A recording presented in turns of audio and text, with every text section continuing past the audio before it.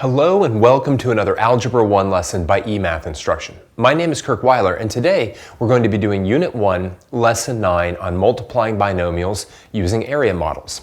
In the last lesson we learned about how to multiply binomials using double distribution. And it's kind of a lengthy algebraic process. It can kind of get bogged down. Today we're going to see how we can use the area of a rectangle to help us both understand how to multiply two binomials and how to just do so without making errors. So let's first talk about the area of a rectangle. Now I know you've been seeing the area of a rectangle for a long time. Right? So imagine we have a rectangle that's, let's say, 3 centimeters in its width and maybe 5 centimeters in its length. And you've learned for years that to find the number of square centimeters that fit inside of this rectangle, you simply do its length times its width or its width times its length, right? 3 times 5 is 15. But I hope you can all see why that is, right? I mean, what we're really doing is saying we have 3 rows of 5 square centimeters or 5 rows of 3 square centimeters.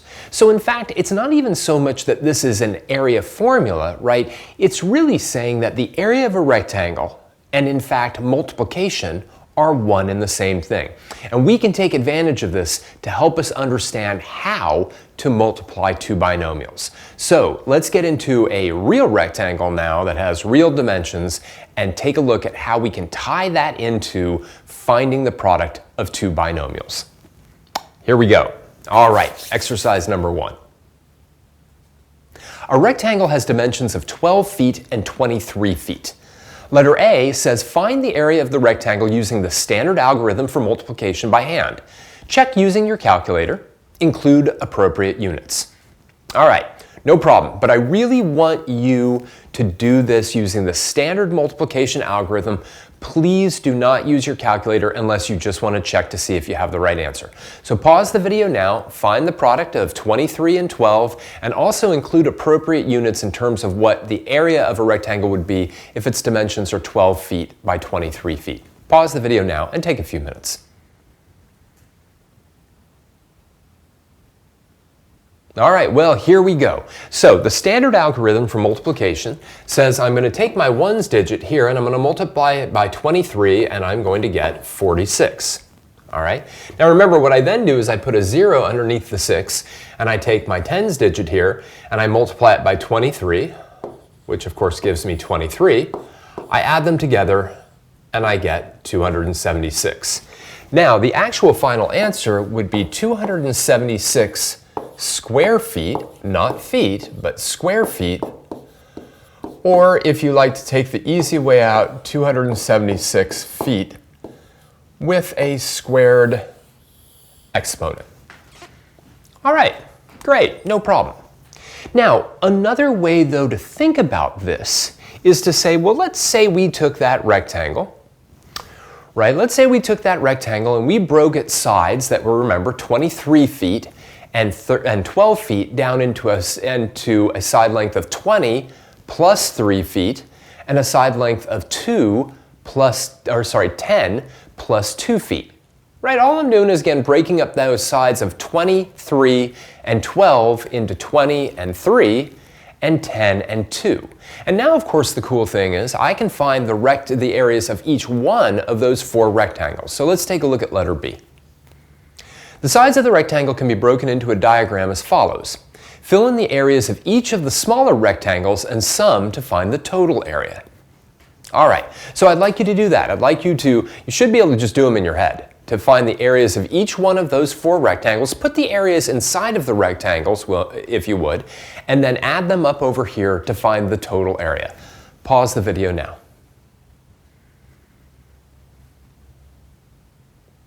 All right, well, let's do it. Our largest area, our largest rectangle that is going to have an area of 10 times 20, which is 200, right? The rectangle over here is going to have an area of 3 times 10, which is 30.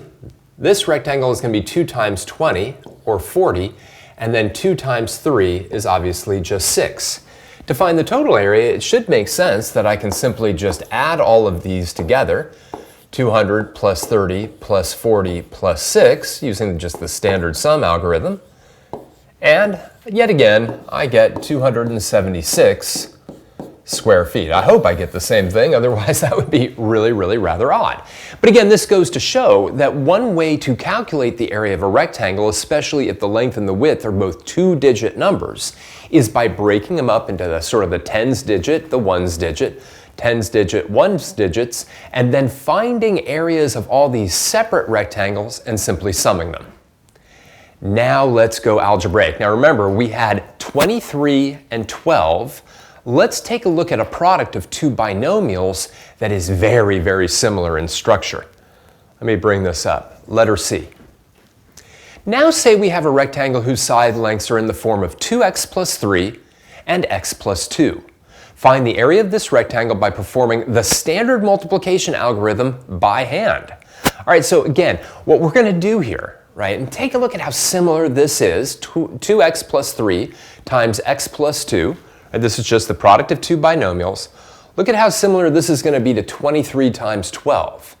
And in fact, we're going to do the standard algorithm together. We're going to do it. And we're going to do it, right, in a way that is as similar as we can. All right. What I'd like you to do is keep the camera on me, all right, as I kind of go through this. So I'm going to do exactly the same thing, right? I'm going to take my ones digit, which in this case is 2, and I'm going to multiply it by 2x plus 3. But first I'll do 2 times 2. And I'll get 6. I'll do 2 times 2x, and I'll get 4x, right? So 2 times 2x plus 3 will be 4x plus 6, all right? That is, again, identical to really what I did here when I did 2 times 23, and I got 46. Now, just like before, I'm going to now put a 0 down here, okay? And I'm going to now take x, and I'm going to multiply it by 3, and I'm going to get 3x. All right, and then I'm going to do x, and I'm going to multiply it by 2x. Now, of course, x times x is x squared, and the 2 just sort of comes along for the ride. So I get 2x squared. I can now add all of these up. 6 plus 0 is 6, 4x and 3x is 7x, and there's nothing to add to the 2x squared. So I get 2x squared plus 7x plus 6. By the way, look at how similar that is to our answer up here, 276. In fact, if x was 10, that would be exactly the same answer, right? In fact, if x was 10, this would be 23, this would be 12, this would be 2 times 100 plus 70 plus 6, which would be 276. Now, we could certainly multiply two binomials using that standard product algorithm. We could actually use that as a method, and later on in this course, we maybe will use that method a little bit more. And if you like it, it's a great way to go. But watch how we can now do exactly what we did here, right, in order to find this product maybe even a little easier. All right, so let's take a look at letter D. Finally, now find the area by first breaking the two binomials into their component parts, finding the smaller areas, and then combining like terms. All right, so just like I did with 23 and 12, I'm now going to break this up into 2x plus 3 and x plus 2.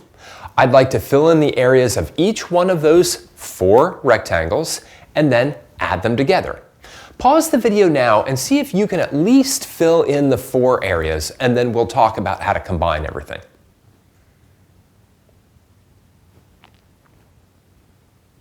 All right, again, let's keep the camera on me so that I can just point out things as we go.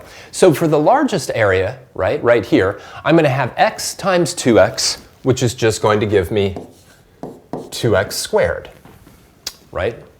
For this rectangle, right, I've got one dimension of x and one dimension of 3, and when I multiply them together, all I can really do is say, well, that's 3 times x, 3x, right? There's really nothing else I can do here besides call that 3x. Okay, if I take a look at this rectangle down here, it's got a dimension of 2x and 2, so 2 times 2x is going to be 4x down here. And then finally, I've got 2 times 3 for this little guy, and that's just 6. Now, those are my 4 areas, right? So I really want to add them all together to find my final area, which is going to be the product of those two binomials. Okay, and remember, the only kind of things I can really combine are like terms, Remember that? Like terms can be added together. Well, the 2x squared is not like the 3x or the 4x, you know, so it's just its own thing, right? Then the 3x and the 4x, those are the only like terms here. They have the same variable x raised to the same power, to the first power. So 3x plus 4x is 7x. I'm going to make this look a little more like an x and less like a scribble. And finally, the 6, well, it is also not particularly a like term with anything else. So that's it, right? And think about how easy that is compared to double distribution, where I'd have to distribute the x plus 2 and then distribute, you know. This then just boils down to basically finding 4 areas and combining like terms. And the great thing is, for all the problems that we're going to be concerned about right now, the like terms will sort of always be on that diagonal, okay? So let's do one of these for a whole different binomial product. Letter E. Draw an area model to find the following product: 4x plus 7 times 3x plus 2. Again, let me remind you, in a previous lesson, what we would have done is we would have distributed the 4x plus 7. Then we would have had to distribute both the 3x and the 2. Watch how much easier it becomes with this area model. All right, so it doesn't matter which side is which. I'm going to call this 4x, and I'm going to put a plus 7 here. Then I'm going to call this 3x, and I'm going to put a plus 2 here. I can now do 3x times 4x. 3 times 4 is 12, and x times x is x squared. I can now do 3x times positive 7, and that's going to be a positive 21x. I can do 2 times 4x, and that's going to be a positive 8x. And I can do 2 times 7, and that's going to be a positive 14. We'll eventually get into some problems that involve negatives, but given that we were working with area to begin with, I didn't want to have any kind of negative lengths or anything like that. Now, of course, I want to kind of add up those 4 areas together, but again, the only 2 that are common terms are the 21x and the 8x. They're both positive, so they're just going to sum to be 29x. And so my final area, or my final product, is simply 12x squared plus 29x plus 14. A much easier way of finding the product of 2 binomials than that double distribution, because you can really keep track of everything within the area model. All right, let's work a lot more with this. We can use area models to help us visualize the double distribution that takes place when we multiply the 2 binomials. And that's really what we're doing. You know, double distribution is what we're doing here. It's just that it's much easier to kind of keep track of. So let's get into some of them. Now, most of the time when you're multiplying binomials, they aren't going to give you this kind of handy-dandy area thing, and we'll get into some of those down here where you have to draw it for yourself, but it's easy enough. So let's do a couple more together. Let's do A and B together, okay? And then we'll have you work on some of the other ones on your own, or maybe we'll have you do C on your own, and then we'll do kind of at least one of these together. So let's take a look at x plus 8 times x plus 2 in the first problem. Again, simple enough. It does not matter which one you put where, but I'm going to put x plus 8 up here, and I'm going to put x plus 2 down here, okay? I'm now going to do x times x, and that's going to give me x squared. 8 times x, that's going to give me 8x. 2 times x, that's going to give me 2x, and 2 times 8, that's going to give me 16. Again, those are my only like terms, so my product is x squared plus 10x plus 16. So much easier. And again, we wouldn't be spending so much time on this topic if it wasn't something that came up repeatedly in algebra. It comes up a lot. So now let's do one that's got a negative involved, because that can be confusing. Let's take a look at letter B. All right, 5x plus 4 and 3x minus 2. I'm going to put my 5x plus 4 up here. And what I'm going to do is I'm going to treat this as if it's 3x plus negative 2. So I'm going to put a negative 2 there. 3x times 5x, 3 times 5 is 15, and x times x is x squared. Notice we consistently are having an x squared term right there. We have 3x times positive 4, that's going to be a positive 12x.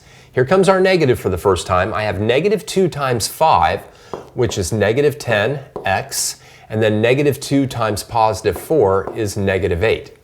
Again, the like terms are going to be sitting right here, So I'm going to get my 15x squared, and now I've got a negative 10x and a positive 12x. So we've got some negatives and positives canceling to leave us with just positive 2x, and then we have a minus 8 at the end.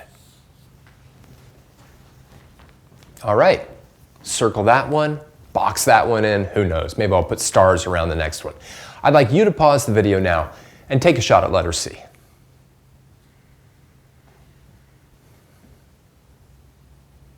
All right, well, letter C involves a lot more negatives than even letter B did, so let's launch into it and try to be careful here. I'm going to go with a 2x minus 7 up here and an 8x minus 5 down here.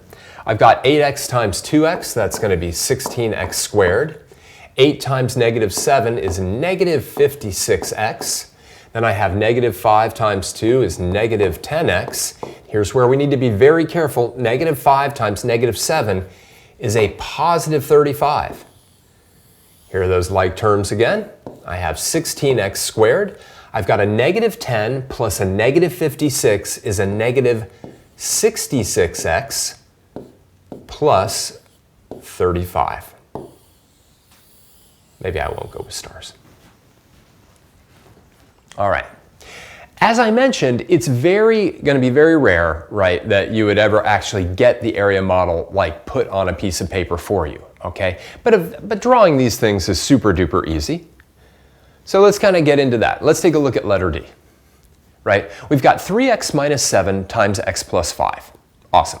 So if I want to now use an area model to find this product as opposed to doing that double distribution we learned in the last method, or the last lesson, sorry, I'm just going to draw myself a rectangle. All right, I'm going to split it into 4 parts, and I'm going to label one of them 3x minus 7, one of them x plus 5, and now I'm going to do that product. X times 3x is 3x squared. X times negative 7 is negative 7x. 5 times 3x is 15x.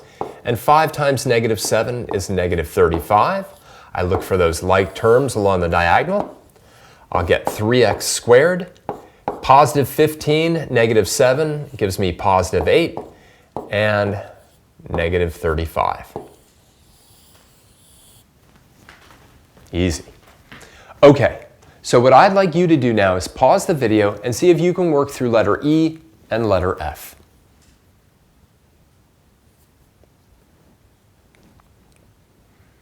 All right, well, at least in letter E, everything's positive. So that's positive. Let's draw our rectangle. You can draw them big, you can draw them small. It all depends on how much room you need. I'm going to put 10x plus 3 up here. I'm going to put 4x plus 7 down here. 4x times 10x is 40x squared. 4x times 3 is positive 12x. 7 times 10x is 70x. And 7 times 3 is positive 21. That's going to leave me with 40x squared. When I combine those like terms, they're all positive. I'm just going to get 82x and plus 21. Give myself a little room for that last one, right? Now the last one we keep coming back to time and time again because there's no reason why you couldn't have a binomial times the same binomial. And of course, anything times itself is simply that thing squared. So when I see something like 5x plus 2 squared, I have to know that that is just a shorthand way of writing 5x plus 2, let me see if I can fit it in here, times 5x plus 2. I did. I just barely got it in there. So it's got to be automatic. When you see this, you have to know and interpret it as that. And once you have it, then it's no different than this one or this one. So let's do it. Let's take a look at what we get when we use our area model to multiply 5x plus 2 by itself. 5x plus 2, 5x plus 2, 5x times 5x. 25x squared, 5x times 2 is 10x. Here's another 5x times 2, or 2 times 5x, however you want to look at it, 10x. 2 times 2 is 4. So we'll get 25x squared. 10x and 10x is 20x, and my plus 4. What's really cool is every time we multiply two of these things together, especially when all the numbers are positive, like in letter E and letter F, we really are doing something that is very, very close to multiplying two two-digit numbers together, which is why that's what we started with. When we started with that 23 times 12, we did so because it really is the same procedure. You know, you got kind of the tens digits multiplying each other here. You've got a tens and ones digit here, a tens and one digit here, and then two ones digits here multiplying each other, right? And it's kind of cool because then you add them all up and there are certain things that combine and certain things that don't combine. And then you have your final answer. I think the big difference is, of course, when you're working with normal numbers, most of the time you can sort of add these three things together to get some final numerical answer. Here, we have to leave it in terms of the variable x, and that's okay. All right. Now, what's really cool is we can extend this even further, right? We've been talking about finding the products of binomials, two terms, with binomials, another two terms. But we can even take this further, like binomials times trinomials, right? So let's take a look at a couple of those for right now. We'll get into more of this later on in the course, but we can do it even now. Let's take a look at exercise number 3. Use area models to find each product. Create your own for letter B, right? So in letter A, we've got 3x plus 5 times 2x squared minus 7x plus 4. This is the equivalent now of multiplying a two-digit number by a three-digit number, right? So we're going to break up, our binomial into these two and our trinomial into these two. And again, you could have had like sort of the rectangle in the long direction here. I just find like it's better for space this way. And watch as we do exactly what we did before, right? We've got 3x times 2x squared. Here we have to be a little careful. 3 times 2 is 6, right? And x times x squared is now x to the third. Be careful there, right? Then we have 3x times negative 7x. 3 times negative 7 is negative 21, and x times x is x squared. Then we have 3 times 4, which is 12, and there's an x involved. Now we're going to multiply everything by 5. 5 times 2 is 10, x squared.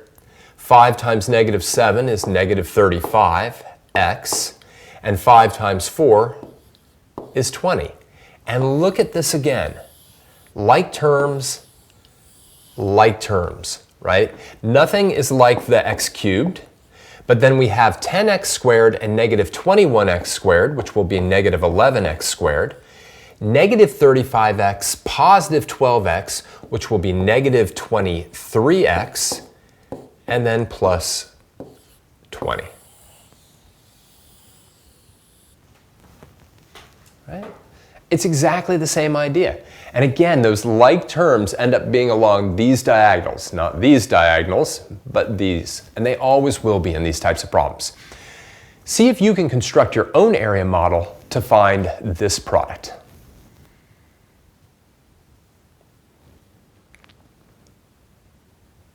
All right, I need a little bit of a larger rectangle, but let's do it. Here we go. Again, you could draw the rectangle in the other direction. I choose not to just because I know I probably wouldn't have enough space. So I'm going to have 8x and negative 3. And then I'm going to have 4x squared, negative 5x, and negative 1. All right, here we go. Let's do the product with the 8x first. I have 8 times 4, which is 32. X times x squared is x cubed. 8 times negative 5 is negative 40. X times x is x squared. 8 times negative 1 is negative 8, and x just comes along for the ride there. Negative 3 times 4 is negative 12, x squared. Negative 3 times negative 5 is positive 15, x. And negative 3 times negative 1 is positive 3. Again, nothing combines with that first term, 32x cubed, all by itself. But then I have a negative 12 and a negative 40, x squared. Combine those together and I'll have a negative 52x squared. Then I have a positive 15 and a negative 8x. Combine those and I have a positive 7x. And then nothing combines with the 3. Those lonely constants at the end. That's it. So it's easy enough, right? All I need to do is break down these expressions into their individual terms, right? And then those individual terms become the side lengths of smaller rectangles. It's easy enough, or I hope it's easy enough, to find the product of two monomials, right? Monomials like 3x times 2x squared, right? Giving us 6x cubed, because all we're doing is multiplying their coefficients and then multiplying the two variables and adding their exponents, as we found out, recently, or reviewed recently, that exponent property. Okay, so let's do a little summary. In the last lesson, we saw how to multiply binomials using double distribution. And that is a great method. It is definitely like how and why we do that kind of thing. But sometimes you can get bogged down in it, and it can get tricky and messy and whatnot. In this lesson, we saw how we could use the area of a rectangle, specifically by breaking down the sides of the rectangle into the component parts of the binomials. Wow, that sounded complicated. In order to find the product of two binomials. And it's great because you can find all of these easier products and then add them all together to find your final answer.